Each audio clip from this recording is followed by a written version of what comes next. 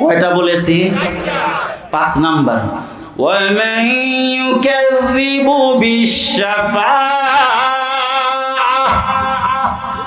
যারা সুপারিশকে মিথ্যা মনে করবে, রাসূলের সুপারিশকে কি করবে না? বিশ্বাস করবে না।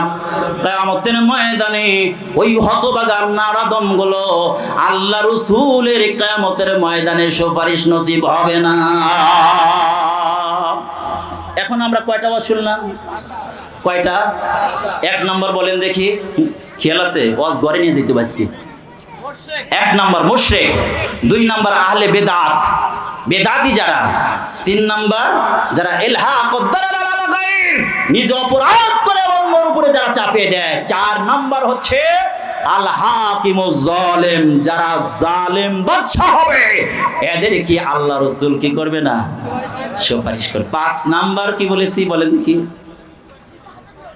এতগুলো ছাত্র একজনের খেয়াল নাই। আল্লাহু আকবার। মাইয়ুকাযযিবু বিশ-শাফাআহ, যারা সুপারিশকে কি করবে? মিথ্যা মনে করবে, এরা কি পাবে না? সুপারিশ পাবে না। এটা শুনলাম একটা পয়েন্ট। এখন আসুন আমরা যাব জালেমরা জুলুম করে কেন? আস্তে আস্তে যাই। জালেমরা জুলুম করে 4 কারণে। কয় কারণে? আর একটু জোরে বলেন। আমার ভাইরা, যারা ইনসাফ কায়েম করবে, আল্লাহ রাসূল তাদের ব্যাপারে ঘোষণা দিয়েছেন। এই হাদিসটা মুসলিম শরীফের হাদিস। عن عبد الله بن عمرو بن العاص رضي الله تعالى عنه قال قال رسول الله صلى الله عليه وسلم إن المقسطين عند الله على منابر من نور الذين يعدلون في حكمهم। হযরতে আব্দুল্লাহ ইবনে আমর ইবনুল আস রাদিয়াল্লাহু তাআলা বলেন, রাসূলুল্লাহ সাল্লাল্লাহু আলাইহি ওয়াসাল্লাম বলেছেন, যারা কি করবে? ইনসাফ কায়েম করবে, এই সমস্ত লোকরা আল্লাহ রাব্বুল আলামিন কি করবেন? নূরের আসনে তাদেরকে আসন দান করবেন। সুবহানাল্লাহ। ইনসাফ যেমনভাবে রাষ্ট্রীয়ভাবে ফায়সালার ক্ষেত্রে, বিচারের ক্ষেত্রে ইনসাফ দরকার, তেমনি ভাবে ফ্যামিলির মধ্যে ইনসাফ দরকার, তেমনি ভাবে ব্যক্তিগত জীবনে ইনসাফ দরকার, সামাজিক জীবনে ইনসাফ দরকার, রাষ্ট্রীয় জীবনে ইনসাফ দরকার। ইনসাফ একটা গুরুত্বপূর্ণ, ইম্পর্টেন্ট একটা গুরুত্বপূর্ণ জিনিস। আমরা ইনসাফ করি, কিন্তু নিজেই ঘরের মধ্যে জালেম হয়ে বসে আছি। বিবির উপরে ইনসাফ করি না, সন্তানের উপরে ইনসাফ করি না। জোরে বলেন ঠিক ঠিক না? আমার ভাইয়েরা, এমন জালেম আছো, সন্তানকে দিয়ে সিগারেট আনায়, নাফরমান, নিজে সিগারেট খায়, অন্যায় কাজ করে, আবার সন্তানকে দিয়ে অন্যায় কাজ করানোর রাস্তা খুলে দেয়। এই নাফরমান নিজে জুলুম করলো, নিজের উপরে জুলুম করলো, এরপরে সন্তানকে দিয়ে অন্যায় কাজ করাইয়া সন্তানের উপরে জুলুম করলো। দেখবেন হঠাৎ করে দেখবেন হাঁটি হাঁটি পা করে ওর ঘরের সন্তানটা প্র্যাকটিস শুরু করেছে। বাবা যখন ঘর থেকে চলে গেছে, এবার দেখবেন ছোট্ট বাবুটা সিগারেটের মোতা নিয়ে দেখবেন পইরে আছে, ও দেখবেন মুখে নিয়ে এবার বাবার মতো উপর দিকে ধোঁয়া দেয়। আছে কি না? আমার ভাইয়েরা, কেন তুই বাবা হইছ, বাবা হওয়ার যোগ্যতা তুমি রাখো না, সন্তানের উপরে জুলুম করলা দোস্ত। নিজে তো নামাজ পড়ো না, নিজে জুলুম করলা, সন্তানদেরকে নামাজ পড়ার আদেশ করো না, তাহলে তুমি নিজের সন্তানদের উপরে তুমি জুলুম করলা। জোরে বলেন ঠিক ঠিক না? আপনাদের কষ্ট হইতেছে? কষ্ট হইতেছে? কার কার 2 হাত তুলে দেখে। বাবা একজনের কষ্ট হচ্ছে, মাশাআল্লাহ, চালাক আছে। আমি নোয়াখালী চৌমনিতে গিয়ে বলছি, গভীর রাত্রি দিছে, অনেক রাত্রিতে, কুয়াশায় কিছু দেখা যায় না, সবাই চুপচাপ আছে। আমি একটু বললাম যে তাহলে একটু আওয়াজ দেন। হুজুর যা করবেন সব সত্যিই করবেন, আপনি কন, আমরা শুনি। দেখছেন নি কারবার? প্রচন্ড শীত তো, চাদরের মধ্যে হাত মাত দিয়ে রাখছে। আমি বললাম এবার কে কে হাত তুলে দেখান, কে কে জাহান্নাম চান। অনেকেই মনে করে জিমিনি ভাব ধরছে, বোঝেন না? চাদরের মধ্যে মোড়া দিয়ে থাকলে তো অতটা খেয়াল থাকে না। সিনাতুন তন্দ্রা ধরছে, তন্দ্রাচ্ছন্ন হয়েছে, এখন সবাই হাত তুলে দেয়। কি চা? জাহান্নাম। এই জন্য ভাই একটু অ্যালার্ট থাকতে হবে। কি থাকতে হবে? এই যে উলামায়ে কিরাম আছে, রুফিয়াল কলাম আন সালাস, আল্লাহ রাসূল বলেন 3 ব্যক্তি থেকে কলম উঠে নেওয়া হয়েছে, তাদের গুনাহ হবে না। কোন ব্যক্তি? আনিন নাইমি ইযা ইস্তাইকাযা হাত্তা ইস্তাইকাযা, ওই ঘুমন্ত ব্যক্তি গভীর রাত্রিতে সে ডিউটি করে ঘুমাইছে, নিয়ত আছে ফজরের নামাজ পড়বে, কিন্তু আযানও শোনে নাই, অ্যালার্ম দিছে, অ্যালার্ম বাজছে, কিন্তু উঠতে পারে নাই, শুনতে পারে নাই। এই ব্যক্তি সকাল 7টায় উঠছে, এমন সময় উঠেও যদি ফজরের নামাজটা আদায় করে, যেই আল্লাহ কি করবেন, আপনার নামাজটা যদিও কাজা হয়েছে, কাজায় না লেখাইয়া আদায়ের খাতায় লেখা দিবে কে? আমার ভাইয়েরা, রুফিয়াল কলম আনিস সালাস, 3 ব্যক্তি থেকে কলম উঠানো হয়েছে, তাদের গুনাহ হবে না। 1 নম্বর, আনিন নাইমি ইযা ইস্তাইকাযা, ওই ঘুমন্ত ব্যক্তি যতক্ষণ পর্যন্ত ঘুম থেকে জাগ্রত না হবে, কারণ ঘুমানোটা কোনো বান্দার ইখতিয়ারে না, স্বাধীনতার মধ্যে নয়। জোরে বলেন ঠিক ঠিক না? আর একজন ব্যক্তি আনিস সবি হাত্তা ইয়াবলুগা, ওই ছোট্ট বাচ্চা যতক্ষণ পর্যন্ত বালেগ না হবে ততক্ষণ পর্যন্ত ওই ছোট্ট বাচ্চার আমলনামায় গুনাহ লেখা হবে। জোরে বলেন, লেখা হইব। দেখবেন মসজিদে গিয়ে কয়, ওই তুই কেমনে খারাইছিস, এইভাবে বলো করে খারা, অথচ ওই মুরব্বি ওই ছোট্ট বাচ্চা যখন ছিল, ওই লোক নামাজের দ্বারের কাছে আসে নাই, কয় ওইদিকে যা, নামাজ পড়াও শেখোস নাই। ওনার যে খবর নাই, দেখছেন নি কারবার? এমন টুপিটা মাথায় দিয়ে আসছে, মনে হয় জীবনে ধোয় না। আছে কি নাই? এমন লোক দেখবেন মসজিদে গিয়ে কয়, বাচ্চারা যা যা তাড়াতাড়ি চলে। এই অধিকার আপনাকে কে দিয়েছে? বাচ্চাদেরকে মসজিদ টানেন, মসজিদে তাড়া দেওয়ার জন্য অধিকার কে দিয়েছে আপনাকে? এটা এই সমাজের মধ্যে আছে আমাদের। আমার ভাইয়েরা, অপ্রাসঙ্গিক একটা কথা বলতেছিলাম। রুফিয়াল কলম আন সালাস, 3 ব্যক্তি থেকে কলম উঠানো হয়েছে।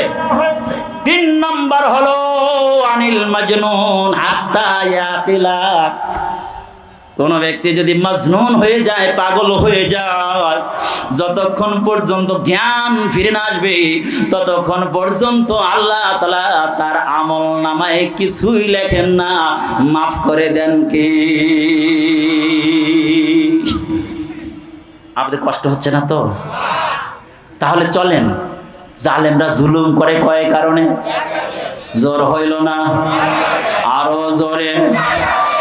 এমন আওয়াজ দিয়ে জালেমদের দোসরদেরকে বাংলাদেশ থেকে খেদানো যাবে না, আর একটু জোরে আওয়াজ দিতে হবে। আমার ভাইরা, জালেমদের দোসর মুনাফিকরা কেমনে চূড়াগুপ্ত ভাবে থাকে বাংলাদেশের শ্রান্ত জায়গায় থেকে কিভাবে বলে, কয় পদত্যাগপত্র আমার কাছে জমা দেয় নাই। কত বড় ডাহা মিথ্যা কথা! আমার ভাইরা, যদি জমা না দেয় তুমি কেমনে তারপরের দিন ভাষণ দিলা? আমার কাছে পদত্যাগপত্র জমা দিয়েছে, কেমনে তুমি টিভির সামনে ভাষণ দিলা যে নাকি এই ধরনের চূড়ান্ত পর্যায়ের আসনে থাইকা, ক্ষমতায় থাইকা যে ব্যক্তি মিথ্যাচার করতে পারে, এমন মিথ্যুককে আমরা রাষ্ট্রপতির দায়িত্বে দেখতে চাই না। 2 নম্বর কথা হইল, যদি জমা নাই দেয়া থাকে, জমা দিয়েই থাকে, আর তুমি যদি খুঁজাই না পাও, কেমন দায়িত্বশীল তুমি! একটা পদত্যাগ লিটার তুমি জমা রাখতে পারো না, সংরক্ষণ করে রাখতে পারো না, তাহলে বোঝা গেল তুমি এই বাংলাদেশের স্বাধীনতা সার্বভৌমত্ব তোমার দ্বারা টিকে থাকবে না। এই জন্যই তো আপামর জনসাধারণ ছাত্র ভাইয়েরা আমার বাইরে গর্জে উঠে আলটিমেটাম দিতে বাধ্য হয়েছে। জালেমদের কেউ দেখতে চায় না, জালেমদের দোসরদের কেউ বাংলার জমিনে দেখতে চায় না। আমার মনে আছে ফরিদপুর ওই যে বাংলায় আমার একটা প্রোগ্রাম ছিল, আমার ভাইরা ওই যে নিক্সন চৌধুরী বলেছিল বাংলার জমিন থেকে আলেমদেরকে ধৈরা ধৈরা রাজাকারদেরকে পাকিস্তানে পাঠাইতে হইব। আমার এখন ওই কথাটা মনে পড়ে যায়, আরে আলেমরা বাংলার জমিনে আছে, তোরাই কিন্তু ওই যে দাদা বাবুদের দেশে চইলা গেছ। না হয় বাংলার জমিনে সুরা গুপ্ত ভাবে যদি আত্মগোপন করস, বাংলার জমিনে তাওহীদিয়া বাবার জনসাধারণ তাদেরকে ইঁদুরের মতো গর্ত থেকে টাইনা টাইনা বের করবে। আমার ভাইরা, আলেমদের সাথে যারা দুরাচরণ করে রে দোস্ত, আলেমদের সাথে যারা দুরাচরণ করে দেখেছেন আলেমদের জানাজা হইতে দেন না, কথা কয় না। আমার ভাইরা, এই জন্য তো জানাজার জন্য মতিয়া চৌধুরীর বাংলার জমিনে জায়গা খুঁজে পায় না, জায়গা পায় না, জায়গা পায় না, জায়গা পায় না। দেশ সংকুচিত করে দেয় কার জন্য? জালেমদের জন্য। এবার বলেন জালেমরা জুলুম করে কয় কারণে? আরো জোরে। চার কারণে জালেমরা জুলুম করে। এই জালেমদেরকে শাস্তি করার জন্য ইনসাফ কায়েম করতে হবে।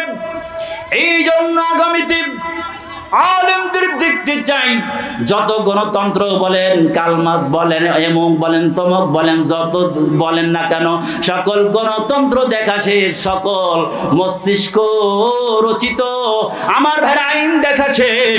আগামীর আমার ভেড়া ইসলামীর বাংলাদেশ চাই, ইসলামীর বাংলাদেশ চাই। জোরে বলেন ঠিক কি ঠিক না? আমার ভাইরা, যখন ইসলামের বাংলাদেশ হবে, কেন ওরা চায় না? দোস্ত রে, হাজার হাজার কোটি টাকা, হাজার হাজার কোটি এত টাকা, ভাই এই টাকা চুরিকৃত টাকাগুলো বাংলার জমিনে ফিরে আনলে আমার ভাইরা, আমার মনে হয় 100 পদ্মা সেতু করা যাবে, তার মধ্যে কোনো সন্দেহ নাই। জোরে বলেন ঠিক কি ঠিক না?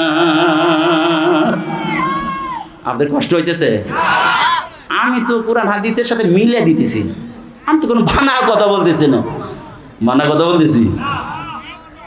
আল্লাহু আকবার।